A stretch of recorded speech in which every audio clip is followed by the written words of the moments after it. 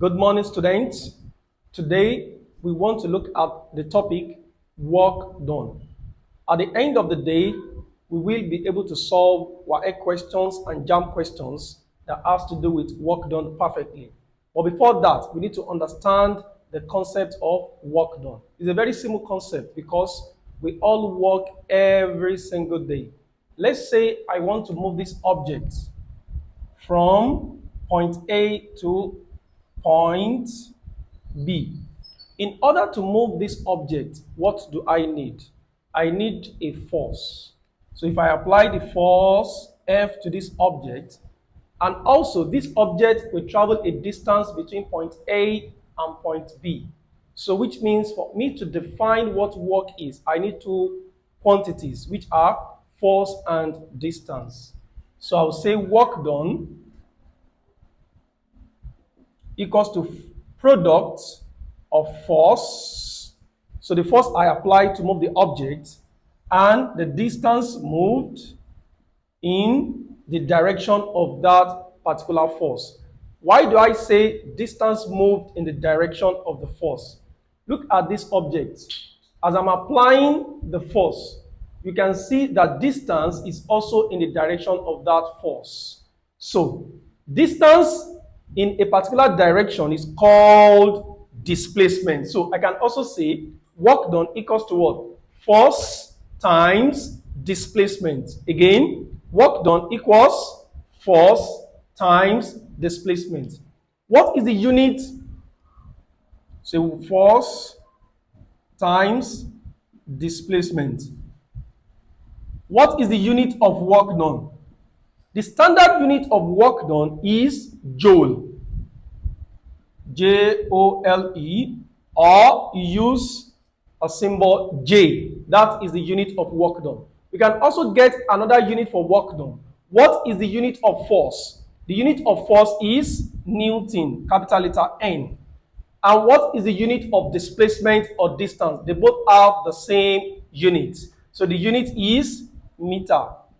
So we can say the two units that we use for work done are joule and Newton meter. Either of the two is actually correct. Now, let's look at the work done by an inclined force. You can see the force we apply here is not inclined. It is horizontal. It is moving the object in an horizontal manner.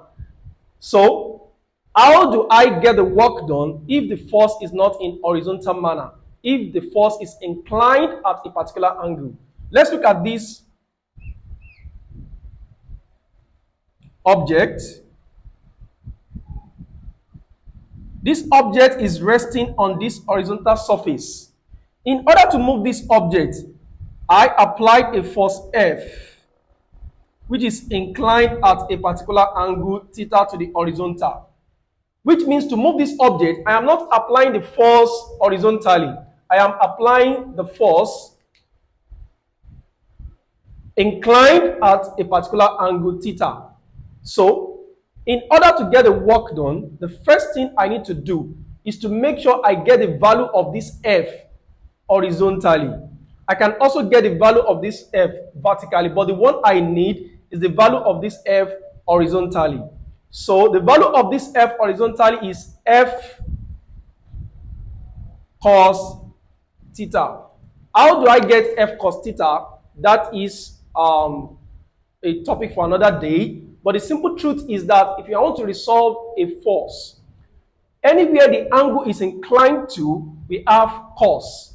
And the other side, we have sine. So force F here is inclined to the horizontal. So the horizontal will be cos. That's F cos theta. So what is the work done now? So the work done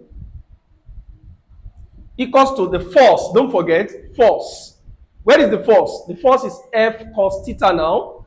So the value of our F, then cos, then the value of our angle, then multiply by displacement or distance. So that is the work done by an inclined force. Now let's go to the work done in a force field. We all know that as I am holding this particular object, this object is under the influence of gravitational force, which means it's always attracted towards the surface of the earth. Now, let's now say I have an object that I want to move upward. Don't forget, this object will always be under the influence of gravity. So for me to move this object to this particular height, let's say this is a ladder. For me to move this object to this particular height, I need to apply a particular force. The force I will apply is equivalent to the weight of this object. So the work done in a force field is given by the force I want to apply, which is equivalent to the weight of the object. So weight, don't forget, this weight is also force, because force is mass times acceleration. Then weight is also mass times acceleration due to gravity. If I represent my force with ma, mass times acceleration, I will represent my weight with mass times g, that is mg. The g there is acceleration due to gravity. So I have my weight multiplied by the distance. But the distance here is the height. So instead of putting distance, I put my h. So the work done in a force field is what? Mg. Don't forget, weight equals to mg, mass times gravity, and the height. So we have mgh. Also, let's assume that I, in particular, I want to move. I am not moving this object now. I want to move this from this place to this particular height. For me to move, I need a particular force. The force is exactly my weight that I will use to push myself to the top of this cliff. So it will now be my weight times the height of this cliff, which is the distance I'm traveling. So in summary, work done is a product of force and distance moved in the direction of the force. Sometimes the distance can be in form of height. Okay, let's look at some common questions under work done. This particular question is very simple. We only need to apply the principles we have learned here. A man of mass 70 kg climbs a ladder to the top of a building. So this is what is actually happening. This is a building. This is a ladder.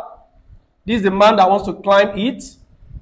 So what's the mass of the man? The mass of the man is 70 kg. To the top of the building of height 40 meter. So this building is what? 40 meter high. If G is 10 meter per second square, calculate the work done by the man.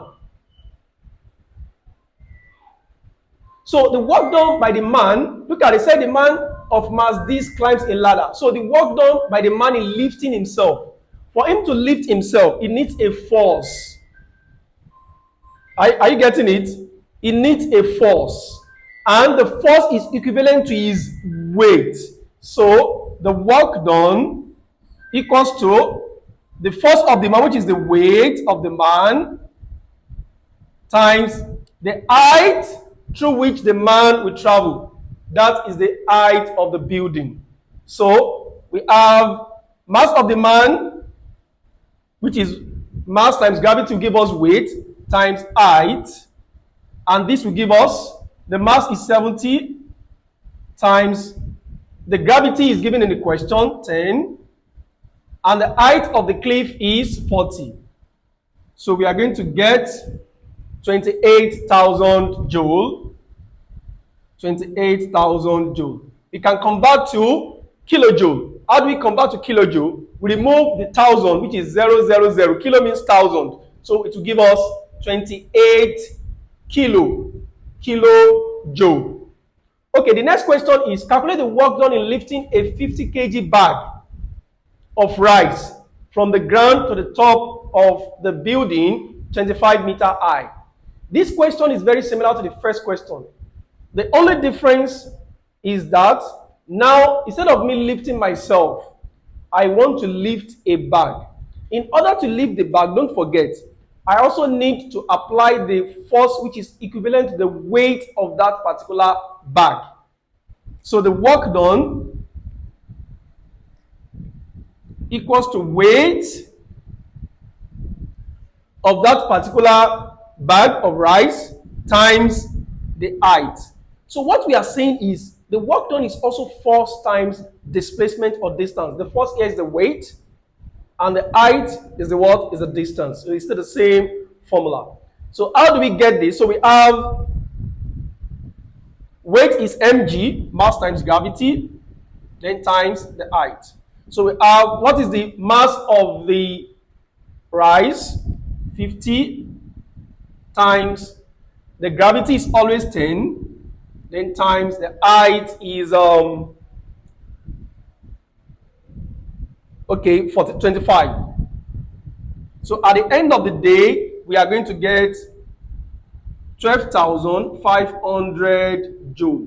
If you convert this to kilojoule, we are going to get 12.5 kilojoule. All you need to do when you are converting to kilo, you divide the answer by 1,000. Then you have the answer in kilojoule. So I think that is what we have for today. In the next class, we are going to solve some questions from WAEC and JAMB by God's grace. Thank you very much.